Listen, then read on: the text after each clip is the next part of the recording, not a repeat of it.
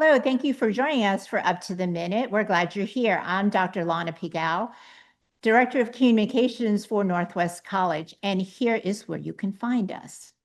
We are on the Houston City College District Facebook page and on YouTube. We're also on X, LinkedIn, and on HCC TV at noon, 5, and 10 p.m. Monday through Friday. Well, today for Film Friday, we are dedicating a full episode spotlighting student filmmaking across the local Houston area. Well, welcome to the show, Andre. Hey, thank you for having me. Welcome back. We know you've been here before, so we're always happy to have you on. Well, go ahead and walk us through how the Through Our Lens Film Fest first came to life. The Through Our Lens Film Fest really came to life through the partnership with the Vast Pathways to Bridge program. We created a storytelling course for that community of students. And once we started seeing what the students were producing for their projects, the instructor and I, in, in, in Professor Z, we started seeing that these stories were really amazing and that these students had something to share. And we realized that there was a value there because majority of these students, they're here in the class, but they have these voices that oftentimes are overlooked. Um, and so we wanted to give them a platform to share their stories. And so we started discussing, well, how could we bring these stories to the public eye? And that's how this film fest was created. Wonderful. Well, this festival is rooted in the belief that everyone carries something meaningful. How did that idea influence the way you design the experience for both participants and the audience? So what we did was we wanted to keep the project simple for the students. So we asked them to bring in an object or a thing that was meaningful to them and tell us a story about why it was important. We felt that this was a very um, meaningful idea because everyone could connect with it because we all have a thing that means something to us. Some of us carry it every day with us and we don't even think about it, but it's there. It could be a trinket, a keychain, a plushie. And so it brings us power, it brings us comfort, it helps us through tough times or it gives us confidence.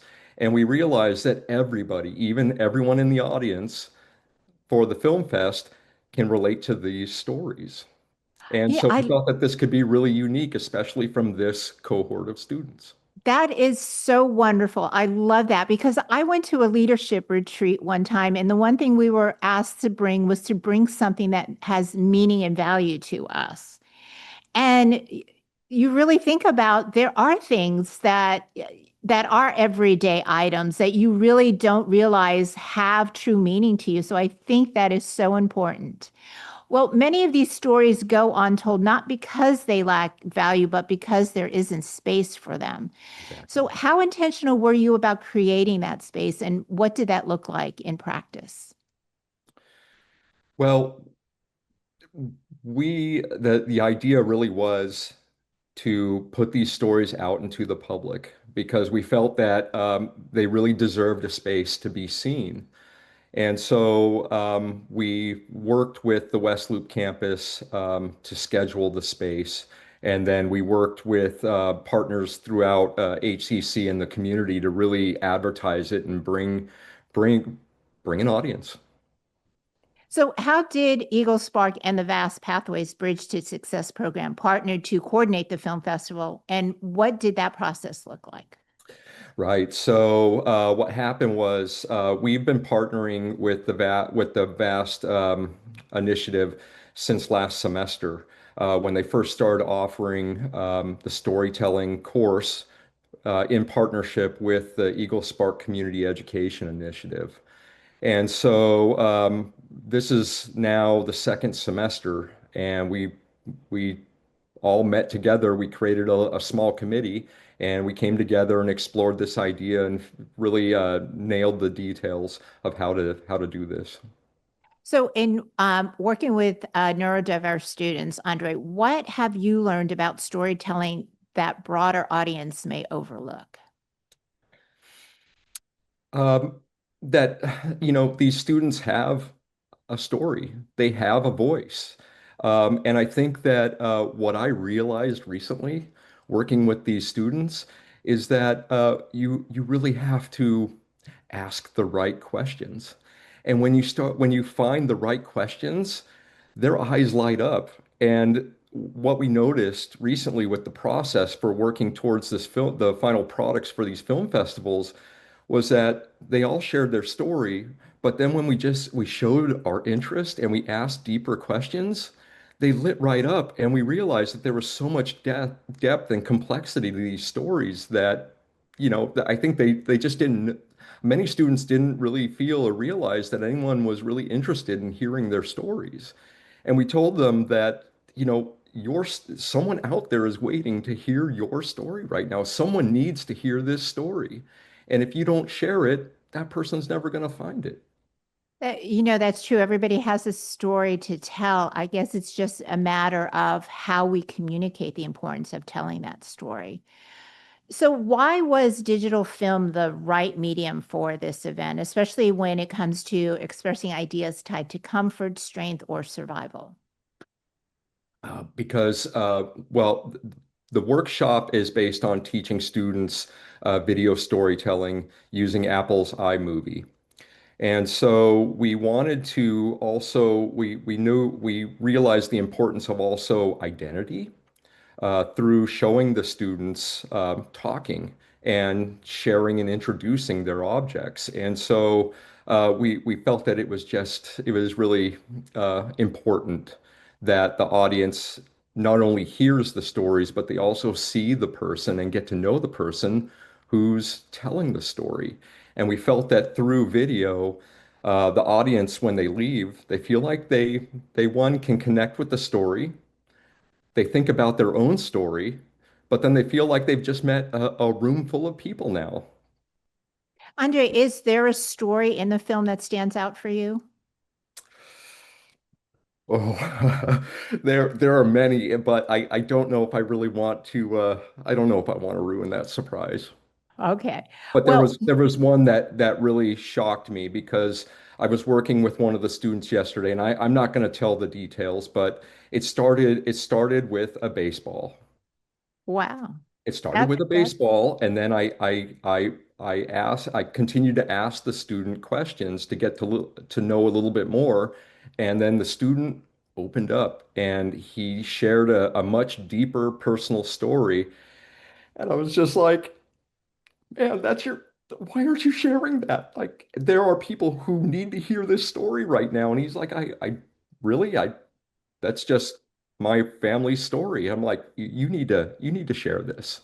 And Yeah. there were many moments like that that really gave me goosebumps. It made my skin crawl a bit because no one was expecting any of these students in this classroom to have an experience like this.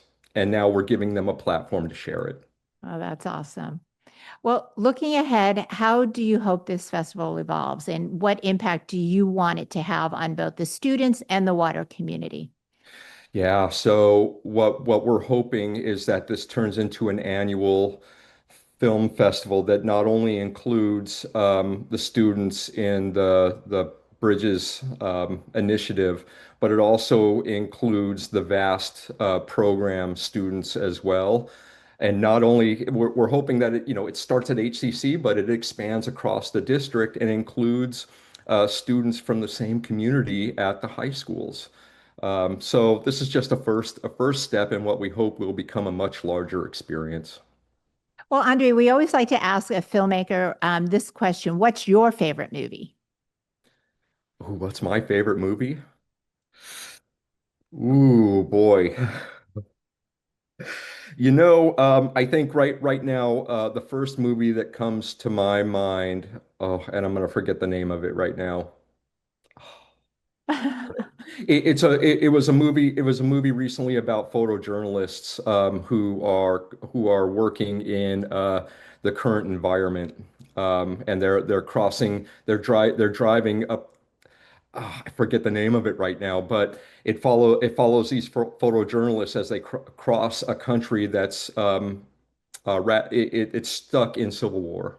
I know what movie you're talking about, and I can't think of it either, but Yeah. yes, I know what movie you're talking about. I wish I could think of that title. Well, anyway, thank you, Andre Herman. For over 50 years, HCC has been here for you. Affordable, accessible, focused on your success. This is your college, growing, evolving, expanding with you. More bachelor's degrees, stronger workforce training, online learning with global reach. A new name, the same mission, bigger vision.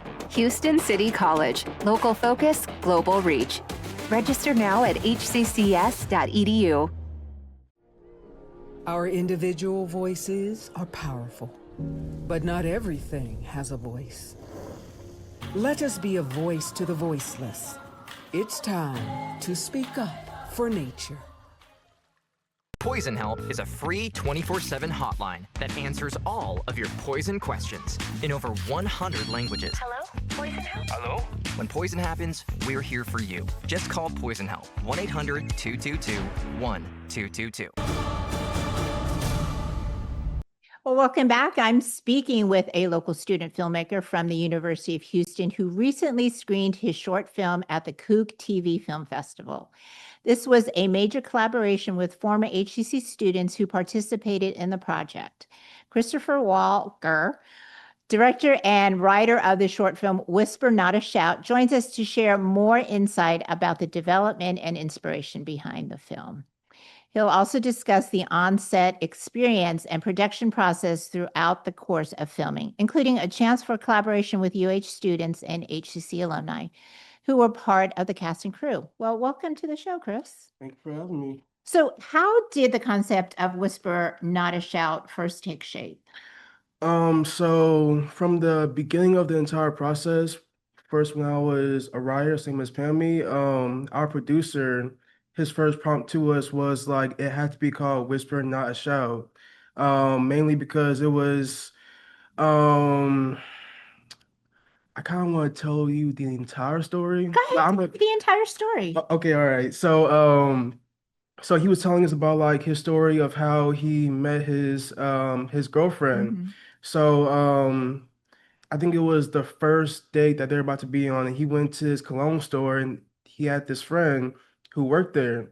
So he was all nervous, all jittery, things like that. And then like his friend said like some very like inspiring quote, and he said, but mainly it's a whisper, not a shout.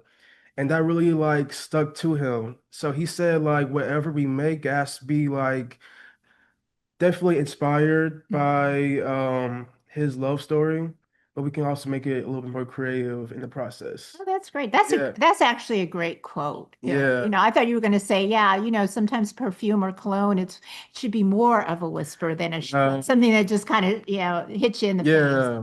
Yeah. So, so that was the idea or the theme or the personal inspiration, but what other things influenced the development of the film? And so I know during the entire process, me and Pammy had a lot of like good ideas, but what the producer really wanted was something that was very like crime related Mm-hmm. in the story. So he gave us like a few like things that we can watch to get the ideas going. But personally, me and Pammy, we really thought about like Kill Bill and Baby Driver, and how they can kind of, well, especially Baby Driver can like blend in like the crime along with the romance a part of that, and that's what we kind of wanted. We wanted something that was not just a romance because that was our prompt. Like it had to be Whisper Not Shout and a romance. But we wanted something that was a little bit more creative in the romance genre. So yeah. So who is Pammy? You've mentioned her 3 times. Pammy is, well, she actually works with y'all. Yes, But she does. yeah, but so it was actually crazy. So coincidentally, before we were even nominated as like both writers of this film, we were talking and we were like yapping about like what kind of like rhymes we do and like what kind of stories that we want to make if we do get selected. And coincidentally, Zahid, who's our producer, chose both me and her. So after that, we just started talking for like hours about like what it could be. Right. I know a first idea that we had for Whisper Not Shout was like a Regency era, kind of like Bridgerton Mm-hmm. kind of story. But like our producer said, yeah, no, no, which is fair because like the design, the location, that was going to be a lot financially, Mm, which makes sense. yeah. Yeah, but And the costuming, I mean, the costume that is would have going to been be a lot. difficult, I bet. Yeah, but we had like the whole location now already. Like we were so ready to get that idea down, but Zahi he said no, Hmm. which makes sense. Yeah. Yeah. Well, as a writer on the film, what did the process look like when you were building the script and the collaboration with your co-writer? How did she influence the direction of the story? Um, I know as we were writing it out, for starters, we wanted to have some like Kill Bill inspiration a part of it. So she gave the idea of like a three split screen Mhm. of like three things happening at the same Mhm. time, which I felt like would really like give us the edge when it comes to like um how the filmmaking in Cool TV could be done. But I think there's also some parts where like our actress Stephanie, she had to um she had to really like use like both English and Spanish fluent language, Mhm. and there were some things that I didn't really understand. So Pammy, of course, help me out and just like make those little changes, Mhm. edits, and of course, um, I had the idea all panned out, but she like gave me the honest opinion of like what could work and what can work, a part of the script. Mhm. So it was pretty much the process of like me doing the draft and her just like doing all the fixing ups and like saying what can be done and what can't be done. Mm. Yeah. So you worked as both the writer and the director. How did those roles shape each other during production, and what did you learn moving between the two? Now as a writer, I've been a writer for over, I think, 10 years. So that was like the easiest part of it. Now as one of my inspirations or one of my aspirations, I've always wanted to become a director. So with me being a part of this crew of like 20 people, I Hmm. think, I feel like it was definitely challenging, but it was really fun. I feel like with me being a part of not just like the pre-production, but also pre-production, production, and Hmm. post-production, it was definitely like a lot that I certainly didn't expect to be on me, but I really enjoyed that experience. I know after this semester, I was going to go to either LA or Atlanta for my Hmm. grad. Hmm. So I definitely want to like enhance my directing and what I can do better next time. Are you thinking about USC Film School out in LA? Hope, I hope. But it's like, That's world famous. yeah, yeah, Yeah. that's where like all the legends came Yeah, from. exactly. Really, I really want to be a part of that, but it's like a think acceptance rate is 3%. Really? Yeah, it's really They're low. very, very selective then. Yeah, and for Yeah. transfer students, it's a lot. Yeah, Yeah. I bet. Well, you had several HCC alumni involved in this project as both cast and crew. Mhm. So why did you decide to involve them in your project? Most of them, they were really given to me by Pammy. Hmm. I feel like there were some moments where I felt like actors that we did have in like CoogTV or UH, they weren't. Well, they were used a lot in CoogTV, and I told her from right out the bat that I wanted people who were You different, who wanted new were faces wanted to, wanted new yeah. faces. Yeah. So she gave me some I don't know if you know like Goswell or like Alex, Stephanie, they were all part of ACC and they really did their roles a part of this film really great. Um yeah. So what was it like premiering Whisper Not a Scream? Whisper Nice Out. I'm sorry, Whisper Not a Shout. Yeah, I keep thinking about the song. What was it like when it premiered and you saw it on the big screen? I was like, wow, like I actually made this. Yeah, yeah. Yeah. And I had my entire family there, my sister, and like I know since I was like in high school, I told her like someday like you're gonna watch something that I made on the big Mhm. screen. Yeah, They must have been so proud. yeah, it was proud. I was closing my eyes the entire time. Were you? Oh yeah, yeah. I was nervous. Yeah, and I was surreal. I bet it was it was surreal so for you. surreal. Yeah. Yeah. But I was very like grateful for the opportunity Mm-hmm. during that time, and it kind of made me feel um inspired to think about like what else I can do after this. Because Well, like this speaking is, of that, what are you going to do after this? What are your plans? I mean, I actually am making another film in Mhm. the process right now with my other director, Mhm. and we're going to submit this film for the DreamCon. But aside from that, I also wanted to take a break after this one because that's when I go to either Atlanta, LA Mhm. to enhance my learning.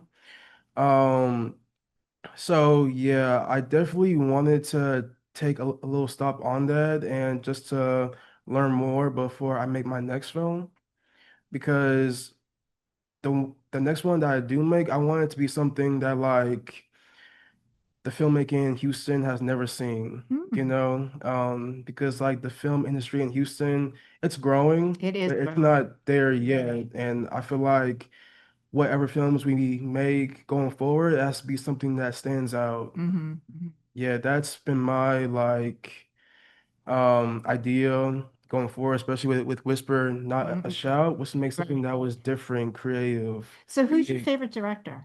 Do you have one? Ooh, I would say Quentin Tarantino. Yeah. Because like his stuff is so weird, It is weird, but it but all we comes all like together. it. Yeah. Yeah, yeah. Yeah, like that was definitely like my approach going to Whisper Mhm. Not Shout because not gonna lie, it's pretty weird. Yeah. But I like it. Yeah, that's great. Well, thank you, Christopher Walker, director and writer for Whisper Not a Shout, and current student at the University of Houston. We'll post all your information in our post after the show. All right, Thank you for being here. of We course. look forward to seeing that film. Well, coming up after a quick commercial break, I'll return with some upcoming event information.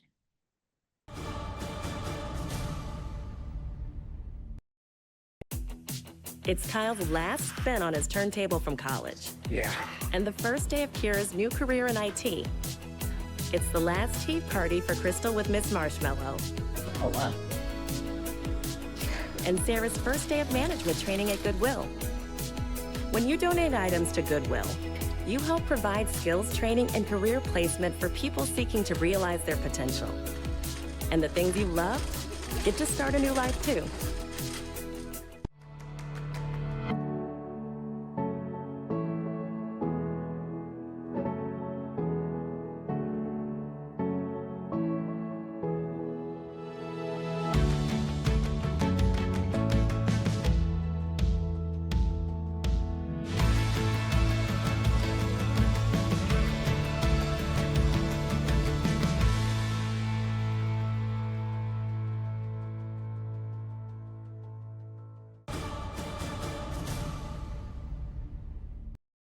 Welcome back. Here are some important news and notes we think you should know. The upcoming Youth and Teen Symposium is designed for youth, teens, and their parents or guardians to explore real-world career paths and resources that help them prepare for higher education and the workforce. Students will participate in interactive sessions across HCC's unique Digital Information and Technology COE, explore fields from AI and robotics, digital gaming and simulation, cybersecurity, computer programming, and more. And the symposium is April 18th from 9 a.m. to 1 p.m. at the West Loop campus. Join Chancellor Dr. Margaret Ford Fisher and Houston City College leadership for the Community Partnership meeting that will feature an engaging discussion about the future of HCC and the opportunities ahead for our students, staff, and community. This is an opportunity to ask questions and get real answers, engage in meaningful dialogue, and have open discussions with policymakers and partners, all in an informal setting. We'll even go ahead and feature. That is happening April 28th at 2 p.m. at the West Houston Institute Auditorium on the Alief Hayes campus.